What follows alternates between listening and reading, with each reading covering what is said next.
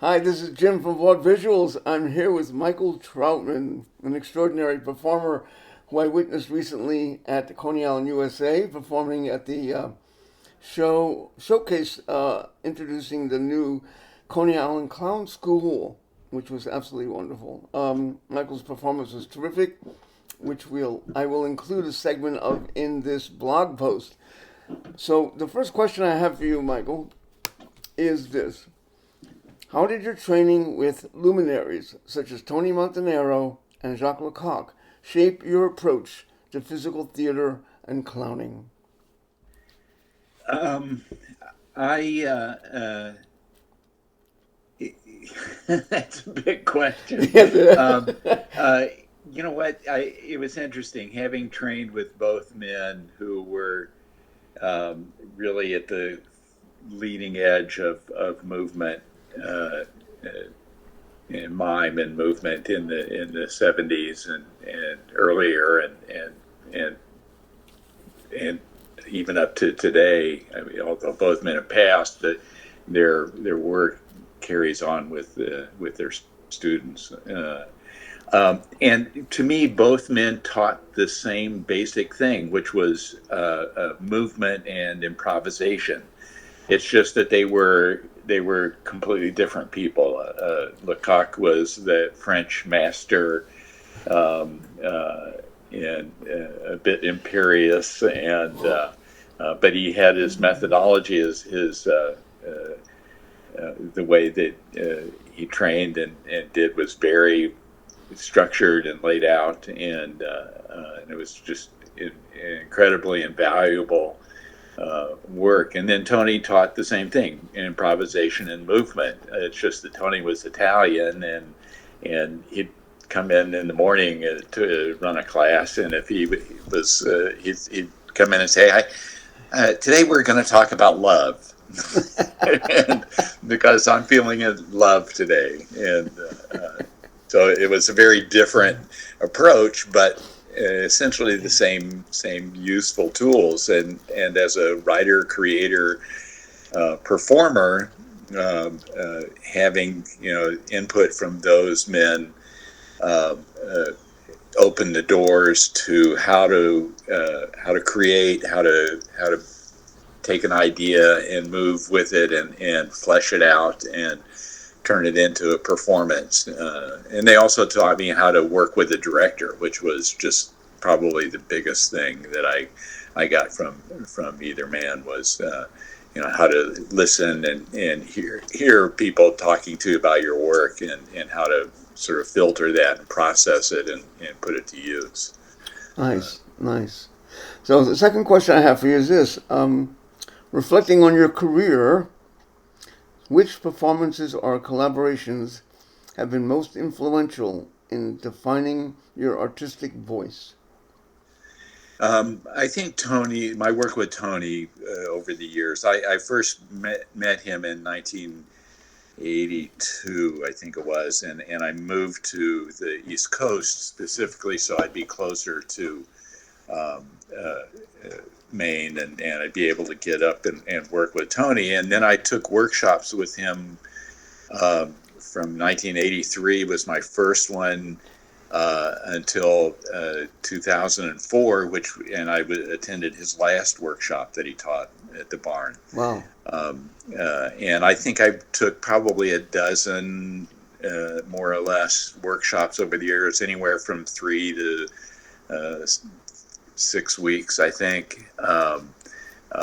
And Tony was a guy who could work with anybody who was a writer, creator, performer. If you were a magician or a juggler or a mime or a clown, he could work with you in whatever your chosen style was and help you develop uh, that work and add to it. So I think he was probably my biggest influence and had the biggest uh, uh, effect on my work. Uh, and then another person I have to mention is my wife, Judy Galen, who and Judy had her own career as a set and costume designer. Um, and but she and I worked together for many years, where she directed my work until I got to the point where I felt like I needed to get a kick in the pants from somebody else. But Judy, as an artist, a painter, and graphic designer, and illustrator, and theater designer, she had a very strong eye for movement and visual communication, and so she really understood, and she understands me better than anybody. Right, no kidding. And has helped all along the way in all facets. That's great. That's great. I mean, somebody close to you like that is really invaluable. You know, someone Right. knows you so well. You know. Right. Doesn't let you get away with anything. Yeah, exactly. So, can you describe your process when you're developing a new piece of physical comedy or clowning for the contemporary audiences? What would be your process in working on something new? I try and start with one idea, whether it's a skill or a thought or an issue, um, and I take that into the studio and try to play, um, using that idea as the jumping off point. Um, I think a good example of that is uh, after the shooting at the school in Connecticut years ago, and all the kids got killed. I wanted to do something about a piece about guns, and I got into the studio, and uh, I just started playing with the skills that I had, and ones that I knew I could achieve. And at the same time, I was at an age where my body was beginning to break down, and I knew I had to create material that I could continue to perform going forward, because I couldn't do the things I did when I was a young man. The falls and the movement stuff that came so easily to me when I started out was going away. But I got in the studio with this idea of wanting to do something about guns, and because I have throughout my career used ping pong balls in various form in performance, what I ended up with was uh, uh, King Pong, which is the cowboy character who's he's a target spitter. He spits the ping pong balls and hits the target. So I developed that sort of cowboy guy, and one of the lines in that piece was I'm working with two of America's favorite pastimes, which is shooting and spitting. So ping And pong so balls, sharpshooter. yeah, so saying I developed some impressive tricks. I probably one of the hardest tricks I ever created was I throw a dime into the air and hit it with a ball from my mouth, and it took 4 years to get competent at that, in practicing and making sure I could hit it in a performance. Yeah. But all of that, once I got in the studio, even though I started with this tragedy, what I ended up with was this comedy, and this character who was that sort of braggadocious cowboy spirit. And so because of the way I work, it gave me a leaping off place, but then I try not to steer it. I try and pay attention and play and let it inform me and the writing itself. So that's really what's at the heart of my process, It was is having one idea. very funny piece. Very funny piece. Yeah, thanks. The Although it was funny until COVID, one, which was a whole other whole other stumbling story. block. So, as an educator and artistic director, what essential qualities do you try to impart to the next generation of clowns and physical performers? I encourage anybody who's interested in learning and performing to, uh, uh, number one, get as many different approaches to movement as you can. As a mime, clown, physical performer, movement is the foundation of all of it. I started out as a white-faced mime, and every teacher that I really found value in was some form of movement teacher, whether it was dance. I did ballet and jazz and modern and even tap dance, and I did acrobatics and tumbling and tai chi and any kind of movement, because I found and I feel very strongly that the more you take movement from different teachers and different disciplines, the bigger movement vocabulary you have, and the bigger vocabulary that you have, the more storytelling you can create, the more you're an effective physical communicator. When I work with actors, I say, look, you're going to be on stage for 90 minutes. You're only going to be talking for about 20. Mm. Rest of the time, you're just using your body to communicate. And so if you don't want to lose the audience, you've got to be able to be out there physically and not let that communication lag or disappear.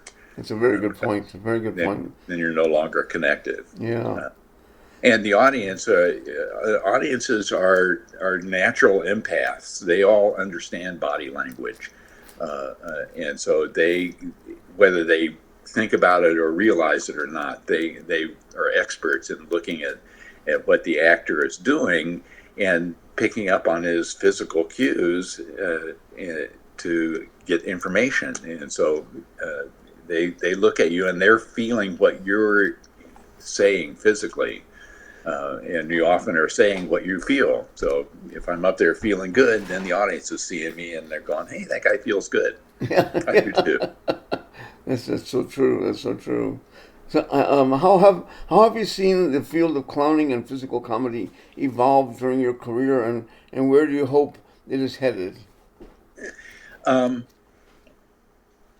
I've seen. I mean, there's always been well before any of us, the clown and I think clown and that sort of prototype or character has always been around and served a number of purposes, mainly the ability to skewer the norms and to intentionally uh, uh, sort of go the wrong way and trying to get the audience and getting an idea across the audience about who we are. It's the idea of the mirror, holding up a mirror to the audience, and they recognize in the clown that imperfections which we all share, and so I don't know that it's changed. I mean, there's lots and lots of different forms of clowning now, and it's still growing. I've just sort of over the last couple of years started to work with people who are doing the clown cult, which is at first it sounded very strange, but I think it's still just that outsider status that people take on or aspire to, and the clown is definitely the outsider who can get away with things that no one else can, and so in performing and trying to inform your audience, it gives you a little more leeway. But I remember seeing Bullock Polivka early on. Like 1977 or 78, where he was doing stuff that was just unbelievable on stage, and he was from the Czechoslovakia at the time before it was broken up, and it was interesting because he said after it became the Czech Republic, he lost a lot of his material. It's like there was no more, Czechoslovakian government to rail against. And, It's wild. I saw him and photographed him at the festival in Philadelphia in the right? '70s. Yeah, he was wonderful. Yes. Yeah, Yeah. yeah, nice. That was terrific. Okay, so based on your experience as a student early in your career, what impact will the new Coney Island Clown School have on the future of clowning? Um, what Glenn, the Heroy, the founder, uh, has tried to do, and I'm supporting him and trying to help him do it, is to open the door to all of these new approaches to clowning. Um, uh, Whether uh, people come to clowning for lots of reasons, and uh, as because we're people, we tend to think, oh, my way is the right way, uh, and one of the things that I try to do in teaching is offer to students help in achieving their goals. So if they want to learn a technique, I will try and help them learn that technique. If they want to create a political clown theater piece, I will try and help them do that.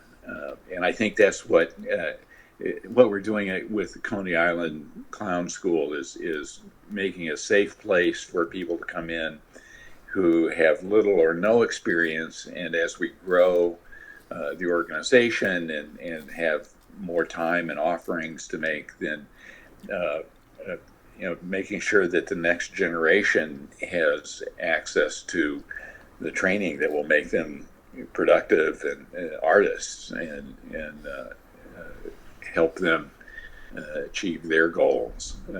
I've been incredibly lucky to live the life I've lived and uh, travel and perform and work with all these brilliant people, these performers around the world, and there's it always feels like art is in danger, and so we need more and more people to be working in the art form to carry it on and to use it as an effective communication tool. Yeah, I agree 100%. So the clown school was a very successful enterprise this year and last year as well. So you're going to move on to do it again, which is terrific. Yeah, we're planning for another spring session, possibly. Right now, we the part of the problem is there's plenty of interest. Is having space available to be able to provide the classes. Coney Island USA has really been great in giving us a home at this point, but they've got a lot of other stuff that they're doing there, and so. But we're doing well. We're uh, not trying to go too fast and do things too soon. But we've got our nonprofit status now, and hopefully we'll be able to start making more and more offerings for training people, and there at Coney Island, and then looking at other possibilities as well. That's great. That's great. Well, if you had anything, if you have any wisdom to pass on to the future generation of the clowning world, students and upcoming performers, what would it be based on your experience as a professional, having performed for so many wonderful years and entertaining so many amazing things in your work? Has been so delightful to photograph you over the years. What would you say to these people? Um, Say yes to opportunities. Take those risks. It's like I think one of the things that people should know is that everybody feels the imposter syndrome. Um, it's like I've always it's something I felt my whole career. It's like what makes me an expert, and but the thing that has carried me through is my love of doing the work, being in the studio and practicing and coming up with new ideas and trying to be creative and then when I started in the 70s, Stuart Brand had his book out about being an artist, and he said, and not just an artist, but whatever you wanted to do, he said, do it fully and joyfully, and the money will come, which is kind of a fallacy. But it served me well, so that okay, I'm going to do what I think I should be doing, and then the opportunity comes. There you go. That's it. More than the money. Well, you've been a blessing for all the audiences that have stood in front of you and watched you entertain them. So thank you for that.